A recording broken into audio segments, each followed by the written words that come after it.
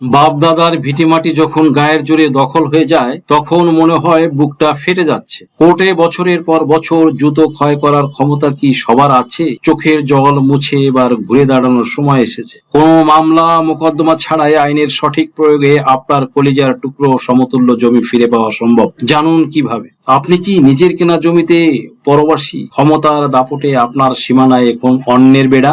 মামলার দীর্ঘ লাইনে না দাঁড়িয়ে ও ভূমি অপরাধ প্রতিরোধ ও প্রতিকার আইনের শক্তিতে আপনি আপনার অধিকার বুঝে পেতে পারেন। আপনার ঘাম আর কষ্টের ফসল অন্যকে ভোগ করতে দেবেন না। বাস্তব একটি উদাহরণ দিয়ে শুরু করছি। ঢাকার অদূরে সাভারে অবসরপ্রাপ্ত শিক্ষক রহিম সাহেবের ৫ শতাংশ জমি স্থানীয় এক প্রভাবশালী ব্যক্তি জোরপূর্বক দেয়াল দিয়ে ঘিরে ফেলেছিলেন। রহিম সাহেব তখন বুঝতে পারলেন যে মামলা করলে ১০ বছরেও সমাধান হবে না। তখন তিনি ভূমি অপরাধ প্রতিরোধ ও প্রতিকার আইন ২০২৩ সাহায্য নেন। ১ নম্বরে তিনি থানায় বা আদালতে মামলা না করে সরাসরি উপজেলা নির্বাহী অফিসার, ইউএনও বা নির্ধারিত এক্সিকিউটিভ ম্যাজিস্ট্রেটের কাছে প্রয়োজনীয় কাগজপত্র যেমন দলিল, নামজারি, ডিসিআর সহ দখল পুনরুদ্ধারের আবেদন করেন। দ্বিতীয়ত, তদন্ত ও নোটিশ। ম্যাজিস্ট্রেট অভিযোগের সত্যতা যাচাইয়ের সরেজমিনে তদন্ত পাঠান এবং দখলদারকে নোটিশ দেন। ৩ নম্বরে আইনি ব্যবস্থা।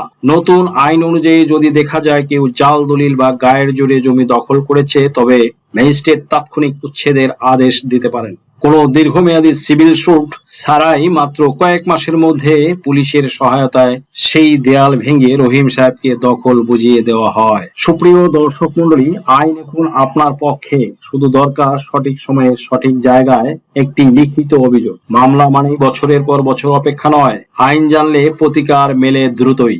আইন জানুন, আইন মানুন, নিজের জমি সুরক্ষিত রাখুন। আর সময় নষ্ট না করে শুরু করা যাক। Let's get started.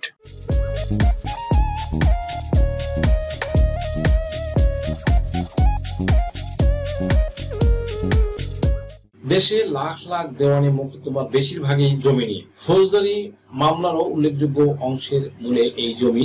এসব মামলা মোকদ্দমা নিষ্পত্তিতে কেটে যায় বছরের পর বছর। খরচ হয় বিপুল অর্থ, অপচয় হয় বহু সময়, শ্রম ও মেধা। শেষে এমনও দেখা যায় জমির মূল্যের চেয়ে বেশি অর্থ খরচ হয়ে গেছে মামলা মোকদ্দমার পিছনে। এসব বিবেচনায় জমি সংক্রান্ত বিরোধ আদালতের বাইরে নিষ্পত্তি গুরুত্ব অপরিসীম। বিকল্প বিরোধ নিষ্পত্তির জন্য ২০০১ সালে সালিশ আইন প্রণীত হয়। পরবর্তী সময়ে দেওয়ানি কার্যবিধি সংশোধন করে ৮৯ এর এ ও ৮৯ এর বি ধারা যুক্ত করা হয় বিকল্প বিরোধ নিষ্পত্তির জন্যই। বর্তমানে যে কোনো দেওয়ানি মোকদ্দমার একটি গুরুত্বপূর্ণ ধাপ হলো এডিআর বা বিকল্প বিরোধ নিষ্পত্তি। এজন্য আদালত পক্ষদের মেডিয়েশনের বা মধ্যস্থতার জন্য সময় দেয়। মধ্যস্থতার সমাধান না হলেই বরং ইস্যু গঠন করে বিচার শুরু হয়।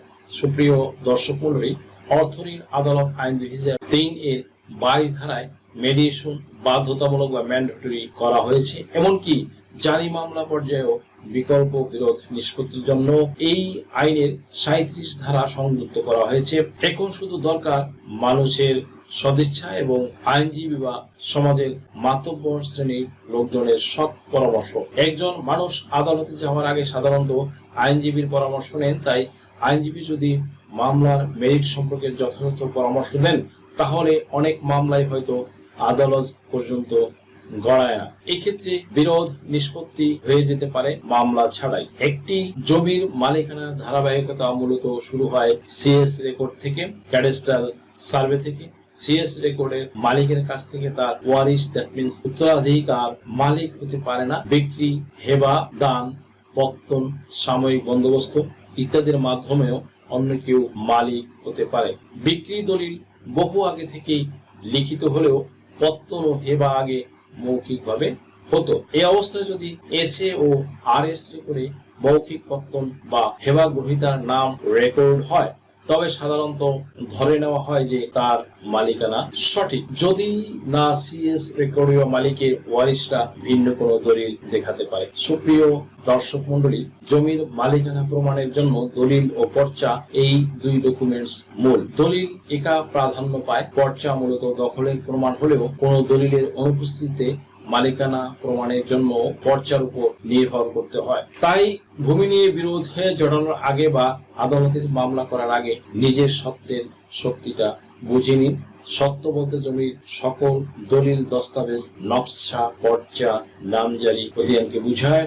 সত্য দুর্বল হলে আদালতে যাওয়া থেকে বিরত থাকুন। যদিও আপনি অর্থ ব্যয় করেই জমিটি কিনেছেন, তাই জমি কেনার সময়ই আপনাকে এই বিষয়ে সচেতন হওয়া উচিত। যিনি জমি বিক্রয় করেছেন তার নামে সর্বশেষ রেকর্ড বা নামজারি আছে কিনা, তিনি খাজনা খারিজ দেন কিনা, অন্তত SA রেকর্ড পর্যন্ত মালিকানার কনসিস্টেন্টলি বা ধারাবাহিকতা ঠিক আছে কিনা সেটা জেনে নিন। জমিতে আপনার দখল থাকলেও সেটি অন্যায় দখল হলে তা ছেড়ে দিতে দ্বিধা করা উচিত নয়। জমি কেনার আগে যথাযথভাবে কাগজ যাচাই বাছাই না করে, ভ্যাটিং না করে কিনলে এই জন্য যা ক্ষতি বা একদম প্রাথমিক পর্যায়ে বরণ করে নিন।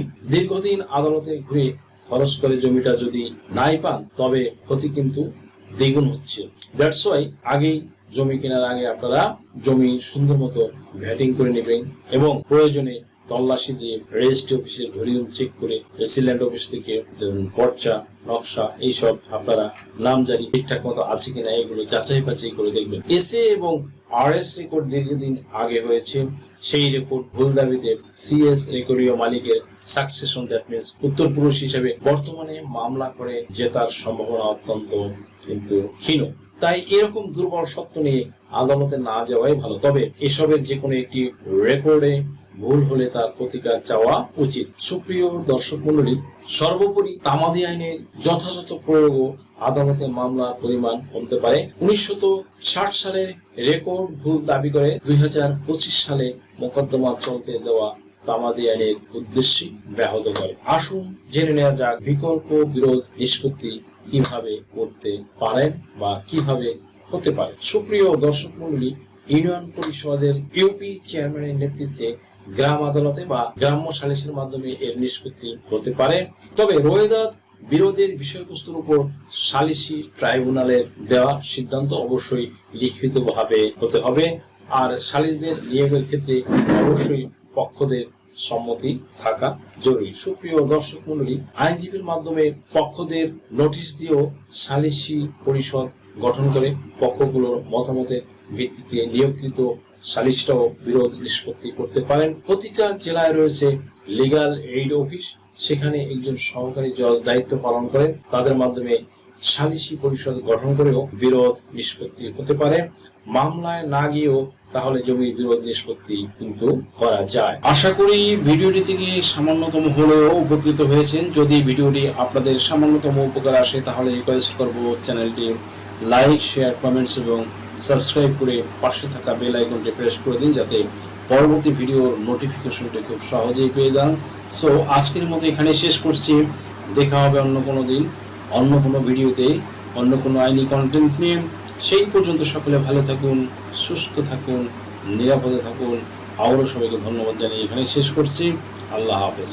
দেশ ও বিদেশ থেকে যে কোনো ধরনের হলফনামা, এফিডেভিট নিতে চান, কাবিননামা, নিকানামা যে কোনো ভাষায় অনুবাদ করে বিভিন্ন মন্ত্রণালয়, ইসলামিক ফাউন্ডেশন থেকে সত্যায়িত করে নিতে চান, শিক্ষা সনদ বা অন্য যে কোনো ধরনের ডকুমেন্ট শিক্ষা বোর্ড, শিক্ষা মন্ত্রণালয় থেকে সত্যায়িত করে নিতে চান, ধর্ম পরিবর্তন করে কোর্ট ম্যারেজ করতে চান, কুরিয়ার, ইমেইল, হোয়াটসঅ্যাপ, ইমো, মেসেঞ্জারিতে ডেলিভারি নিতে পারবেন। তাছাড়া সরাসরি এসেও নিতে পারবেন। Mobile number 01724583880।